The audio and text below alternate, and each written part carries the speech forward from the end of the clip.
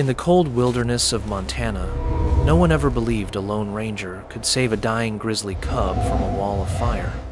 But what no one expected was that 2 years later, that same cub, now a massive, wild-grown bear, would find his way back.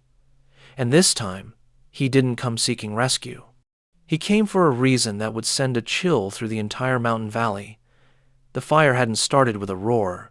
It had begun as a distant glow on the ridge, a strange second sunset over the pines.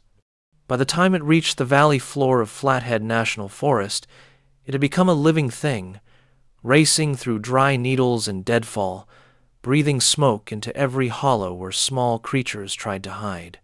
Far below the orange sky, a grizzly cub lay wedged beneath a fallen limb, too small to break free. Heat pressed down on his back like a heavy hand. Ash clung to his fur, stinging his eyes until the world blurred into gray and red. He tried to huff for his mother, but the sound came out thin, swallowed by the roar of distant flames. Branches cracked overhead as another tree gave way, sparks shooting into the air like angry stars. The cub flinched and tried to curl tighter, but his front leg throbbed with a hot, sharp pain that made him whimper. Smoke crawled into his lungs. The forest, once full of the scent of sap and river water, now smelled only of burning. Up on the fire line, Jack Turner wiped soot from his face with the back of his glove. He'd been hiking steep ground with a shovel and hose pack for the better part of 20 hours, chasing spot fires that sprang up ahead of the main blaze. "Wind's shifting!" Ryan Boone, his partner, shouted over the helicopter thumping above. "Crew's pulling back, Jack. We gotta move." Jack glanced down the slope. Through the flickering light, he could see pockets of unburned brush, little islands surrounded by fire. Something tugged at him, that tight feeling he got when the forest didn't sound quite right. Even with the noise of choppers and radio chatter, there was a strange gap in the night. No birds, no squirrels, no cracking underbrush, just the fire and something else. He took one more step toward the edge of the burn, ignoring the radio hissing at his shoulder. That's when he heard it, a faint, broken sound carried on the wind. Not the howl of a coyote or the panicked squeal of a deer. Softer, higher, a fragile, almost human whine buried beneath the roar. Jack froze, head tilted, every instinct sharpening. Ryan saw him hesitate and slid closer, boots grinding in the ash. "Jack, don't even think about it," he barked, breath ragged. "Spot fires rolling down toward that draw. We stay. We're charcoal. Orders are clear. Pull back to the line." Another tree exploded somewhere below them, a column of sparks punching into the sky like fireworks. But the sound came again, weaker this time. Jack stepped toward it before he'd even made a conscious choice. "Give me 2 minutes," he shouted over his shoulder. "If it's nothing, I'm right behind you." Ryan cursed into the smoke, but Jack was already moving, sliding down the blackened slope, boots skidding on loose rock and embers. The heat hit him first, a wall that felt like opening an oven door. Jack pulled his bandana higher over his mouth and squinted through the swirling ash. Charred trunks loomed like ghosts. Then, near a half-burned Douglas fir, he saw movement, a flicker of fur beneath a cracked, fallen branch. Something small, something shaking. He dropped to one knee, the ground still hot through his fire pants. The cub stared back at him, eyes wide and glassy, chest fluttering in quick, shallow breaths. Its left front leg twisted at an unnatural angle, pressed between bark and stone. Soot streaked the cub's face, turning its fur almost black. For a second, neither of them moved. The fire crackled around them, impatient. "Hey, little guy," Jack murmured, his voice dropping into a calm that didn't match the chaos around them. "You shouldn't be here." He set his shovel aside and reached slowly toward the branch. The cub flinched, then went still, too tired to fight, too scared to trust. Jack felt the heat biting at the back of his neck, heard another radio warning in his ear, that he ignored completely. With a grunt, he lifted the limb just enough to slide the cub's leg free. The animal let out a hoarse cry, more air than sound, and trembled all over. Jack didn't think. He shrugged off his fire-resistant jacket and wrapped it around the small body, pulling the cub against his chest. It weighed less than his gear pack, but the responsibility settled on him like another layer of armor. "Stay with me," he whispered into one rounded ear, the words surprising even himself. "I've got you, okay? Just stay with me." The cub's head lolled weakly against his arm, eyes blinking slow, as if trying to focus on this strange, two-legged creature that smelled like sweat, smoke, and something else, steadiness. Behind him, Ryan's voice cut through the crackle and hiss. "Jack! The ridge is torching! Man, we're out of time!" Flames leapt higher in the treetops, sending embers drifting down like burning snow. Jack tightened his arms around the bundle of fur and took a breath that tasted like ash and decision. Then he turned uphill, away from the fire's hungry edge, and started to climb, one deliberate step at a time. The cub woke to a world that didn't smell like trees. Instead of damp earth and pine needles, there was metal, antiseptic, and something sharp and clean that burned his nose. Light pressed against his closed lids, too bright. When he blinked them open, the sky was gone, replaced by a white ceiling and humming machines. He tried to move, and pain shot up his front leg, hot and electric. A soft whimper slipped out before he could stop it.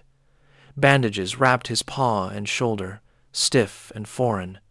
The floor beneath him wasn't soil or snow, but something smooth and cold that didn't give under his weight. Nothing in this place felt right. Behind a pane of metal mesh, a young woman in a green jacket watched him quietly. Emily Carter had been at Ridgeview Wildlife Rescue long enough to see hurt animals come and go, but this one was different. His eyes were too alert, too full of questions for a creature that had been dragged out of hellfire 2 nights earlier. "Hey, little bear," she murmured, crouching to his level. Her voice was low and gentle, not unlike the murmur of a stream. She slid a bowl of water closer, then backed away, hands visible, posture open. The cub watched, muscles tight, nostrils flaring. He could smell her fear, but also something else, concern, maybe. He didn't approach the bowl at first. The instinct to curl up and vanish was stronger. His world had burned. The smoky scent still clung to his fur, buried under the new smells of this strange den. Somewhere in his chest, the echo of his mother's heartbeat was a fading ghost. He let out a small huff, testing the edges of this new silence. Later that afternoon, when the building had grown quieter and the other staff had drifted to their offices, a familiar scent slipped through the corridor. Sweat, smoke, pine resin, and that same steady presence he had felt in the fire. The cub's ears twitched before he even saw the man step into view outside the enclosure. Jack Turner looked different without the helmet and soot, but his eyes were the same pale, tired blue. He moved slowly, deliberately, like someone approaching the edge of a skittish river. "Well, you made it, buddy," he said softly. His voice carried a rough warmth, worn by wind and long days outdoors. "Didn't drag you out of that mess for nothing." The cub lifted his head, nostrils working. Recognition wasn't a thought so much as a feeling, a loosening of the knot inside his chest. This was the one who had wrapped him in warmth when the world was burning, the heartbeat he'd felt beneath the heavy coat. He didn't move closer, but he didn't look away either. In the observation room, Lena Brooks watched the monitor with her arms crossed. "He's responding more to Turner than to any of us," she said to Emily, who stood at her side. "Good for now, but we have to be careful. He's a wild grizzly, not a rescue dog." Emily nodded, though her eyes softened as she watched bear and man regard each other. Days blurred into a new kind of routine. Pain dulled to an ache as the burns healed. The cub learned the limits of his bandaged leg, how to shift his weight and still stand. He listened to the sounds of the center, doors closing, carts rolling, low human voices, the occasional cry of another injured animal down the hall. None of it felt like home, but it wasn't fire.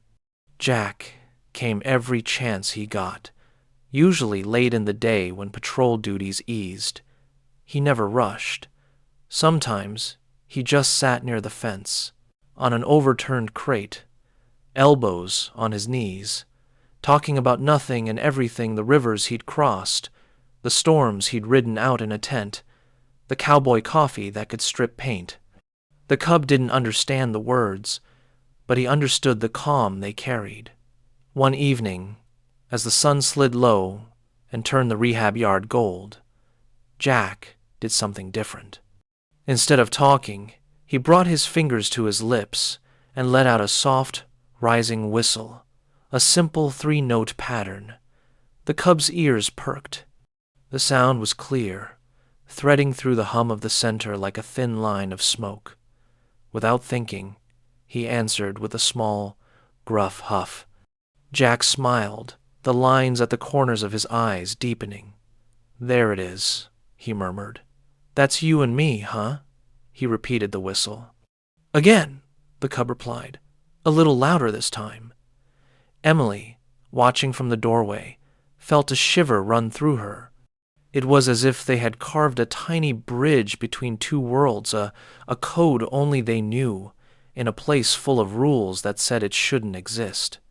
That night, after Jack left and the lights dimmed, the cub curled up on the blanket they'd given him. The forest was still far away, hidden beyond walls and fences he didn't understand.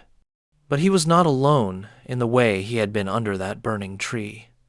Somewhere on the edge of his awareness, the memory of strong arms and a steady voice lingered. He let his eyes close, breathing slow, and for the first time since the fire, sleep came without fear. The mornings at Ridgeview grew quieter as the cub's wounds closed and his strength returned. He no longer trembled when he stood, and the bandages on his leg shrank day by day until only a thin wrap remained. He explored the small enclosure with cautious steps, sniffing the corners like a creature relearning the edges of the world. Emily watched him from outside the mesh, clipboard in hand, though lately she found herself writing less and observing more. The little grizzly had a way of pausing mid-step, tilting his head as if listening to some distant echo. She wondered what he remembered: the smoke, the heat, or only the steady arms that had carried him through it. Each afternoon, when Jack arrived after patrol, that same alertness lit the cub's eyes. He would lift his head, nostrils twitching as Jack's scent drifted through the hallway. It was the closest thing to excitement the staff had seen from him. Emily pretended not to notice, but the corner of her mouth gave her away. Jack kept his visit short, careful not to break the rules Lena had set, but every minute held its own weight. He'd sit near the fence, boots dusty, shoulders slumped from another long day in the mountains. When he let out the 3-note whistle, soft as breath, the cub always answered with a huff, as if calling back across a great distance neither of them understood. "Doctor." Lena observed the bond with an uneasy frown. She'd seen too many young animals imprint in dangerous ways. One morning, she pulled Jack aside. "He's healing fast. When his leg fully sets, we'll prep him for release. You need to start pulling back." Her voice wasn't harsh, but it held the firmness of someone who'd watched nature take back everything it loaned. Jack nodded, though something in his jaw tightened. He knew she was right. A grizzly wasn't meant for warm barns and gentle voices. The forest waited for him, wild, unforgiving, full of instinct and law, but knowing it didn't make the truth any easier. That afternoon, he didn't whistle, and the cub, noticing the silence, paced the enclosure with restless steps. As summer light stretched longer across the valley, the day of release drew near. Emily updated the final health chart. Legs good. Weight's perfect. He's ready. She said it with pride, though she avoided looking at Jack. He stood by the door of the enclosure, staring at the cub as if memorizing every shade of his fur. On the morning of transport, the forest smelled of warm pine and dust. The cub stepped into the travel crate with a mix of confusion and curiosity, his nose catching fresh wind for the first time in months. Jack rode in the back of the truck with him, knees braced, hand resting on the crate's metal frame. He whispered only once, barely loud enough to hear, "You'll be okay out there." They reached the North Fork clearing just as the sun began to rise. Early light spilled through the evergreens, painting gold across moss and stone. Emily unlatched the crate door, stepping back as the cub hesitated at the threshold. For a heartbeat, he hovered between two worlds, one of safety and one that demanded everything else. Then he stepped forward. His paws touched the earth with a certainty he hadn't felt since before the fire. He sniffed the wind, lifting his head as though tasting the wild on his tongue. Jack watched from a few feet away, hands clenched loosely at his sides. The cub took several slow steps, then turned his head toward him. Jack brought his fingers to his lips and gave one soft whistle. The cub blinked, then answered with a quiet huff, familiar, small, full of something unspoken. It wasn't a plea or a cry. It was a goodbye shaped in the only language he knew. Emily looked away, swallowing a tight breath. Without another sound, the cub slipped into the trees, his small form weaving through shadows until the forest swallowed him whole. Jack stayed long after the rustle of branches faded. The air smelled clean, cool, untouched by fire or fear. But there was an ache beneath his ribs he didn't try to chase away. As the truck rumbled back down the ridge road, Jack kept his gaze on the tree line. Somewhere out there, a young grizzly was learning to trust the wild again. And Jack Turner was learning that sometimes saving a life meant losing a piece of your own. Autumn settled over Flathead like a slow, deep breath. The forest, once thick with summer green, shifted to rusty gold and brittle amber. Leaves drifted across the trails near Lone Pine Outpost, where Jack Turner had spent the better part of 2 years patrolling the same ridges, the same creeks, the same lonely stretches of backcountry. Yet each season reminded him of the cub he'd released into the North Fork wilds. Cody had grown in Jack's mind the way memories do, quietly, steadily, without permission. Sometimes at dusk, when the wind pushed through the pines in long sighs, Jack would pause mid-step, convinced he heard that soft huff from years ago. He always laughed it off, though his smile rarely reached his eyes. By late September, a new pattern began to surface across ranger reports. Unusual grizzly sightings, single, large male, no aggression, keeps his distance. Tracks found near ridgelines, always alone, always circling the same outposts. The locals started calling him the Phantom, a shadow that moved where no bear should have reason to be. One morning, Jack reviewed trail camera photos sent from a monitoring station. Most were the usual blur of elk or wandering deer. But then he froze on a frame. A massive grizzly, shoulders thick as a boulder, coat darkened with age, and on his right shoulder, the faint, unmistakable slash of an old scar. Jack leaned closer, pulse tightening. Only one bear he knew carried a mark like that. He didn't say anything at first, just downloaded the image and stared at it on his phone during lunch, fingers tracing the blurred outline of the scar. Emily called that afternoon, checking up on him the way she did every few months.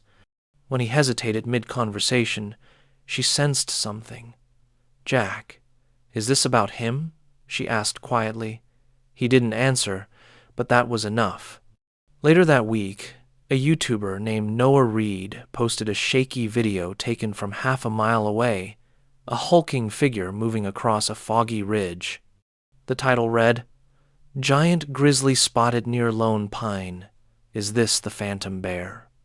The clip spread fast across local feeds. Folks grew nervous, tourists grew curious, and rangers grew uneasy. At the next briefing, Supervisor Karen Holt stood with her arms crossed, eyes on the circulating reports. "A bear gets this close, this often, it becomes a risk," she said. "If anyone gets hurt, we're liable. We monitor, but if he pushes in again, we escalate." Her meaning wasn't lost on Jack. Escalate was Ranger shorthand for lethal options. Jack spoke up, softer than he meant to. "He hasn't threatened anyone. He's keeping distance," Karen sighed. "Turner, wild is wild. Intent doesn't matter if someone gets between him and a scare." The room fell silent. Even Ryan Boone, usually quick to throw in a joke, kept his eyes lowered. They all knew bears didn't get second chances once humans felt unsafe. That evening, Jack walked the perimeter trail behind the outpost, boots crunching over frost-tipped grass. He stopped at a ridge overlooking the valley. For a moment, the forest seemed too still, as if holding something back. Then, a shape moved between the trees far below, a broad silhouette, shifting with slow, deliberate grace. The setting sun caught a glint of fur. Jack's breath stilled. He didn't call out, didn't move, but the shape paused, lifting its head toward him as though sensing a familiar thread in the cool evening air. For a heartbeat, nothing separated them but the slope of the mountain and 2 years of silence. Then the bear turned, stepping back into the cover of trees until he melted into shadow. Jack exhaled slowly, steadying himself with a hand on the trunk beside him. Memory and reality had brushed against each other for the first time, quiet as a whisper. Back inside, he studied the trail photo again under the glow of his desk lamp. Cody, if it was truly him, had grown into a creature the forest itself seemed to make room for. But why linger near humans? Why now? As Jack shut off the light and stepped into the cold hallway, a single thought rooted deep, refusing to let go. If Cody had come back, he hadn't come without a reason. Snowmelt glazed the trails with a thin shimmer as Jack hiked toward the upper basin, following a route he'd walked 100 times. But today felt different. The quiet carried a weight, a kind of waiting, as though the valley itself was aware of something approaching. Jack paused, listening to the drip of thawing branches, the hush of settling frost. Nothing moved yet, nothing felt still. The bear had left sign everywhere along this ridge. Deep-set prints, the kind made by a heavy male, marks on bark where paws had brushed, patches of turned earth where he dug for roots. Jack crouched beside one print, tracing its curve. It dwarfed his hand, and the edges were crisp hours old, maybe less. Whoever Phantom was, he wasn't far. Far up the rise, clouds drifted low, brushing the treetops like ghostly fingers. Jack kept climbing, boots sinking into softening snow. He tried to calm the tight pulse in his chest, telling himself he wasn't chasing ghosts or memories. But some part of him, quiet, stubborn, hoped he was. The wilderness had taken Cody once. Maybe, just maybe, it had given him back. When he reached the clearing, daylight was fading into that blue hour between day and night. Jack set a small campfire, feeding it just enough to cast a warm ring of light. He sat near the flames, palms open to the heat, breath rising in pale clouds. The forest beyond the glow stayed dark, a deep well of shifting shadows. A faint crack sounded in the trees, not loud, not threatening, just enough to draw Jack's eyes toward the timberline. He didn't stand, didn't reach for his rifle. He only waited, body still, heart steadying itself the way it did before a storm rolled in. The silence deepened, stretching long and thin like a held breath. Then a shape materialized, slow, deliberate, larger than memory. A broad form stepped from the trees, snow dusting the curve of its back. The bear was massive now. easily several 100 pounds heavier than the cub Jack once carried. His coat was dark, almost black, with a hint of silver around the face. And on his right shoulder, the old scar caught the firelight. The bear stopped just outside the ring of fire glow, head lifted slightly as if tasting the air. His breaths came in soft clouds. His gaze didn't waver. Jack felt the moment settle over him, quiet as snowfall, heavy as truth. He didn't move closer. He simply let the tension drain from his shoulders and whispered, "Cody." The bear's ears twitched, but he didn't advance. Jack lifted 2 fingers to his lips, breath warming them for a beat, before he released a gentle 3-note whistle, the same one he'd used years ago inside the rehab enclosure. The sound drifted through the cold air, fragile but sure, threading the space between man and bear. A long pause followed, the kind that stretched time thin enough to snap. Then the bear exhaled, a low, rumbling huff that trembled through the snow at Jack's feet. Not a warning, not a challenge, recognition. The forest seemed to exhale with him, the tension easing just enough for the fire to crack without feeling intrusive. Cody stepped 1 slow pace forward, paws sinking into the soft crust.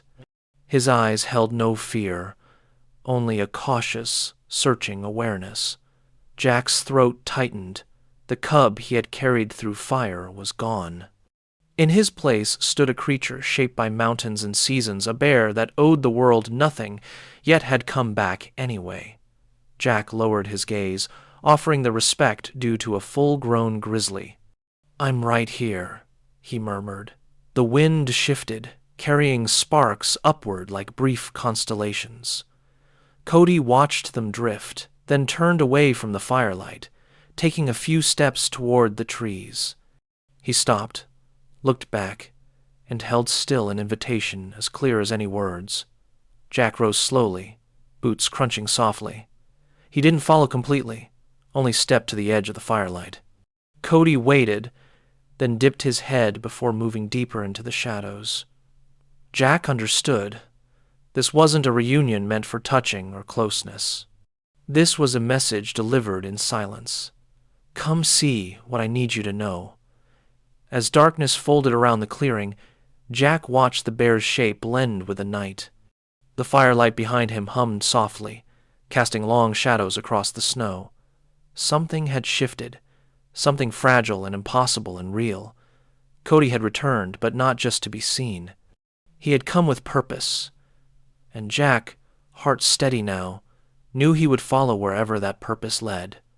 The night thinned into a gray, drifting quiet as Cody's shadow slipped deeper between the trees. Jack followed at a respectful distance, boots sinking softly into the frost, breath steadying with each step. The forest didn't feel hostile, it felt watchful, as if holding its breath for whatever lay ahead. Cody moved with purpose, every stride certain, every pause deliberate. The bear didn't look back often, but when he did, the faint glow of Jack's headlamp caught the amber in his eyes. There was no aggression there, only a steady, guiding intensity. Jack understood then that he wasn't being led into danger. He was being shown something the bear believed mattered, something that had pulled Cody close to human territory in the first place. They reached a narrow draw where the trees thinned and the earth dipped into a small frozen basin. Cody stopped beside a cluster of low shrubs dusted with snow. His head lowered as he sniffed the ground, pawing gently at the earth before stepping aside. Jack approached slowly, letting the cold settle around him like a warning. The air felt wrong, heavy, metallic, tinged with something raw.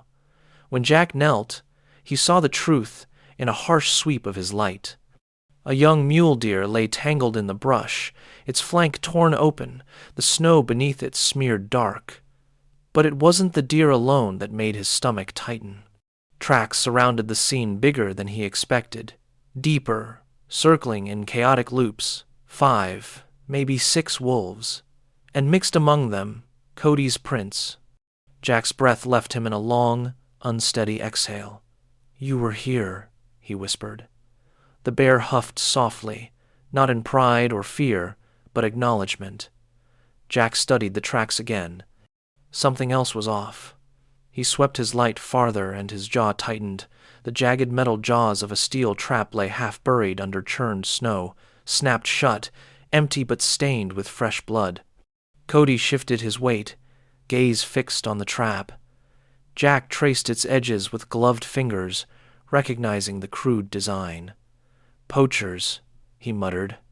Only illegally placed traps left out on public land ever looked this sloppy, and only someone desperate or untrained would lay them this close to known wolf territory.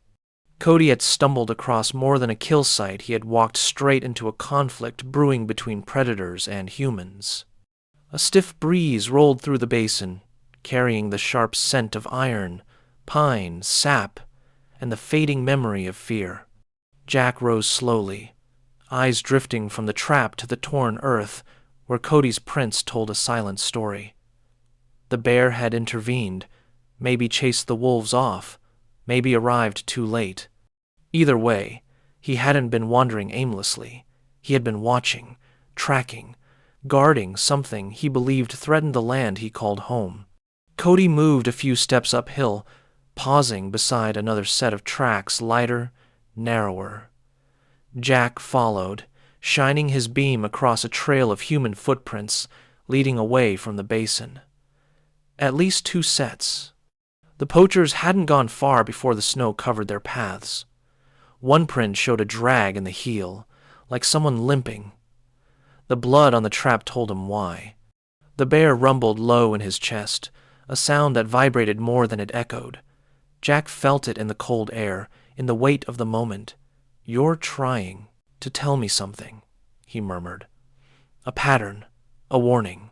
The bear didn't move, didn't break eye contact. It wasn't instinct that brought him back to Jack. It was purpose, almost intention. The wind shifted again, carrying a faint howl from far off. The wolves were still close and hungry. Cody lifted his head at the sound, but didn't tense. Instead, he looked toward Jack as though passing the responsibility forward. Jack felt a quiet shiver roll through him, not of fear, but of understanding. Cody had reached the limit of what a bear could do alone. After a long moment, Cody stepped back from the basin and turned toward the thicker trees, ready to disappear. Jack reached out with his voice, not loud, but steady. "Thank you," he said. The bear paused, giving a soft, low exhale, an echo of the huff he'd made years before, the night Jack rescued him from the fire's edge. As Cody slipped into the dark, Jack stood alone in the basin, surrounded by the cold breath of winter and the heavy silence of the wild. He knew what he had to do next. This wasn't just a bear wandering too close to humans. This was a territory on the edge of danger, a collision course of wolves, poachers, and frightened ranchers. And in the middle of it all stood a grizzly who remembered a man who once saved him and had now returned the favor in the only way a bear could. The storm drifted in without hurry, a gray curtain pulling slowly over the mountains. By late afternoon, the first flakes spiraled down, soft as feathers, settling on pine branches and fading daylight. Jack felt the temperature drop as he left the ranger station, the air tightening with that familiar metallic edge storms carried in the high country. He hadn't forgotten what Cody showed him, and he knew the danger wasn't finished. Reports of 2 teenagers, Tom Williams's boys, missing on a back trail sparked an emergency search. Jack joined the team, tracking boot prints that cut through early snow. The wind picked up, swallowing their shouts, pushing icy gusts through the trees. By dusk, visibility collapsed. Their radios crackled with static, each voice thinner than the last. Karen finally called the retreat. "We regroup at dawn. It's too risky." But Jack couldn't shake the tightening in his chest. The deeper he walked into the storm, the more he felt the shadow of Cody's warning settling over every step. If wolves were on the move and if poachers had been limping through this same region, it meant the kids weren't just lost. They were exposed. He lingered behind as the others turned back, snow coating his shoulders like ash from another life. The forest thickened as he pushed forward alone. Snow swallowed his tracks as quickly as he made them, erasing any breadcrumb trail home. He scanned the dim treetops, listening for anything unusual, branches snapping, breath out of place, a cry muffled by the storm. The cold bit deeper, seeping through layers of time, cloth, numbing thought and instinct alike. A distant howl rose through the wind, sharper than the rest. Wolves worked in packs when the weather favored them. Storms gave them cover, movement masked, scent scattered, prey isolated. Jack's pulse quickened as he heard a second howl, closer. The boys wouldn't stand a chance alone. He tightened his grip on his rifle, knowing full well he never intended to fire it unless lives depended on it. Up ahead, a ridge cut against the dark, its edges faintly visible through the swirling snow. Jack climbed, hands brushing icy rock for balance. Another howl broke the air, this one tinged with something else. Frustration, aggression. It came from the other side of the ridge. He crested the rise and froze. Below, shapes moved in the storm, circling something trapped against the cliffside. Jack descended carefully, boots sliding on the slick slope. He slipped behind a fallen log for cover. Through the snow, he saw them 4 wolves, lean and hungry, pacing around a slumped figure in the drift. Not a deer, not an elk, a bear. Massive, dark-coated, breath rising in heavy plumes. Even from the distance, Jack recognized the familiar dip in the right shoulder. Cody. His heart pounded a wild, cold jolt. Cody swiped with his good paw at a wolf darting in, but the blow came slow, draining. The wound on his flank glowed red against the snow, a fresh gash likely earned from an earlier fight. The wolves were testing him, waiting for another stumble. Jack steadied his rifle, firing a warning shot into the air. The crack echoed, splitting the storm's howl. The wolves scattered for a heartbeat, startled by the blast.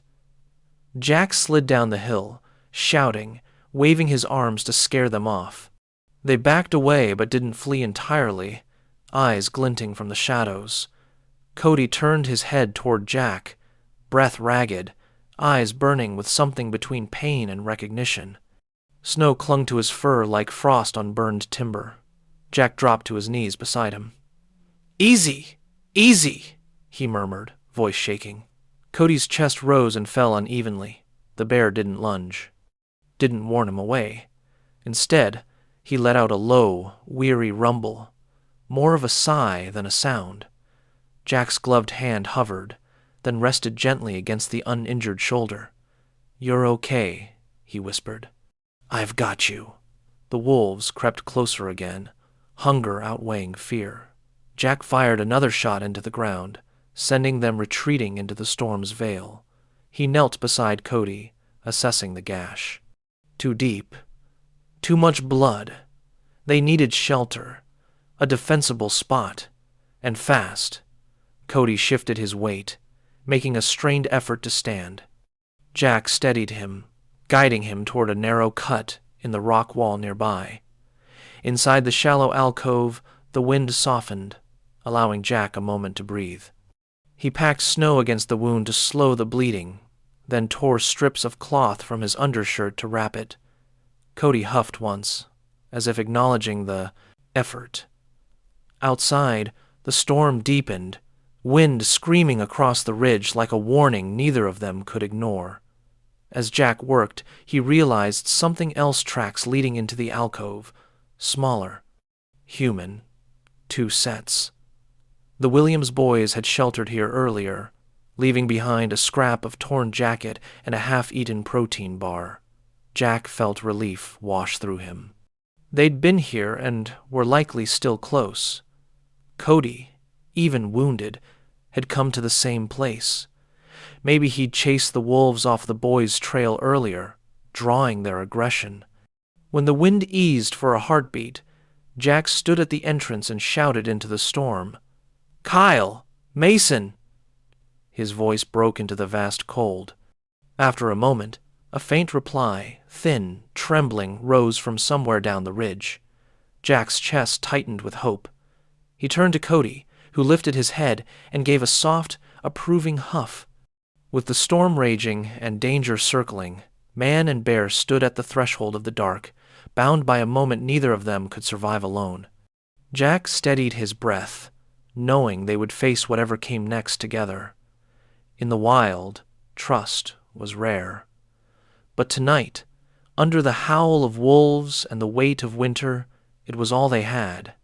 Morning crept in slowly, brushing pale light across the ridge as the storm loosened its grip on the forest. Jack guided the two exhausted boys toward the search team's flares, their voices shaky but alive. Cody followed at a distance, each step heavy, the wound on his flank darkening his fur. He kept to the tree line, watching, ensuring the wolves stayed far behind. Even hurt, he guarded them until the danger had fully faded. When the rescue crew took the boys, they stared back toward the shadowed trees. "That bear, he didn't hurt us," Kyle whispered, clutching a blanket tight. Mason nodded, eyes wide. "He scared the wolves away." Their father, Tom Williams, knelt beside them, shaken by the truth his sons had been protected by the very creature he once feared. But the relief in the clearing didn't calm Jack. Cody had sunk into the snow, breath shallow, sides rising in uneven shudders. The storm's cold had taken its toll. Jack moved toward him slowly, boots crunching through the icy crust. The bear didn't rise or growl. He simply lifted his head, eyes softening at the sound of Jack's footsteps, as if he had been waiting for him. Jack knelt beside him, brushing snow from Cody's shoulder. "You held on," he murmured, voice thick with emotion. "You kept fighting." Cody's gaze drifted toward the boys in the distance before returning to Jack, a quiet recognition flickering in his eyes. He had answered some instinct, deeper than fear, a memory of a jacket wrapped around him, of safety when the world burned. Rangers gathered behind Jack, unsure whether to come closer. Karen Holt tightened her gloves, concern etched across her face. "Turner, he's badly injured. If we bring him in, he'll never be released." The words hung in the cold air. It was protocol. It was law. And yet, looking at Cody, massive, wild, loyal, none of that felt right anymore. Tom stepped forward, voice steady. "My boys are alive because of him." He gestured toward the bear with a trembling hand. "Whatever rules you've got, maybe this one deserves to be bent." It was rare to hear such a thing from a rancher. Karen hesitated, her certainty cracking under the weight of what they had all witnessed. Jack placed a hand over Cody's ribs, feeling the faint, slow thrum beneath his palm. "He came back because he remembered," he said quietly. "Not for food, not for territory. He came to warn us, to help." Cody blinked once, as though agreeing. Snow drifted down between them in soft flakes, settling on fur and fabric alike. With a slow nod, Karen stepped back. "Get the med team," she ordered. "We're bringing him in alive." The crew moved fast, hauling gear across the clearing. Cody didn't resist when Jack whispered reassurance and gently positioned the sled beside him. He was too weak to stand, but he leaned into Jack's touch, breath warming the cold air. The journey out of the mountains was long, carved through fading stormlight. Jack walked beside the sled the entire way, never once letting go of the rope. Every now and then, Cody's eyes opened just enough to seek him out, as if making sure he was still there. Each time, Jack answered the same way, with a quiet three-note whistle drifting between them. Weeks passed in the Wildlife Center, where Cody healed behind reinforced glass walls. The staff called him unusual calm in Jack's presence, responsive to his voice, unafraid. Yet every day, Cody sat near the far edge of his enclosure, staring at the forest just beyond the fences, longing for a world he belonged to but couldn't safely return to. Jack visited daily, sometimes for minutes, sometimes for hours. He'd sit on the cold concrete outside the glass, reading reports or simply talking to the bear who never seemed to forget him. Their silent language settled back into place, whistles, soft rumbles, a familiar ease that ignored the barrier between them. It wasn't captivity that weighed on Cody. It was distance from the land he knew. The final decision came on a warm spring afternoon. After weeks of debate and Tom's testimony, the Conservation Board voted to create a protected sanctuary on the northern edge of the old burn zone, hundreds of acres of semi-wild land where Cody could roam without threat. A place between wilderness and safety. A place that recognized his rare bond with humans without trapping him in a cage. On the day of the transfer, Jack rode with him in the transport truck, one hand resting near the bars of the crate. When the gates opened, Cody stepped into sunlight, pausing only once to look back. Jack let out their three-note whistle, soft as breath. Cody answered with a deep, gentle huff full of gratitude, memory, and something that felt almost like farewell. Weeks later, hikers reported seeing a massive bear on the ridge at dusk. He never approached, never threatened. He simply watched, calm and steady, as if guarding the land itself. Some swore they heard a faint whistle drifting through the trees, followed by a low, rumbling reply. In the vast sweep of the Montana wilderness, where fire and snow shape every living thing, one truth settled quietly across the hills. Some bonds don't fade with distance or time or fear. Cody had returned when it mattered, and in his own wild way, he always would. If this story touched your heart the way it touched mine, leave a simple comment below. Just type 1 or 0, anything to let me know you're here, listening, and feeling these moments with us. And if you'd like to hear more true, powerful stories from the wild, make sure you subscribe to the channel. Your support helps these stories live on, and I'd love to have you with me for the next one. Thank you for watching. I'll see you in the next story. If this story touched your heart, I'd love to hear from you. Just drop a simple 0 or a 1 in the comments so I know you were here and felt something tonight.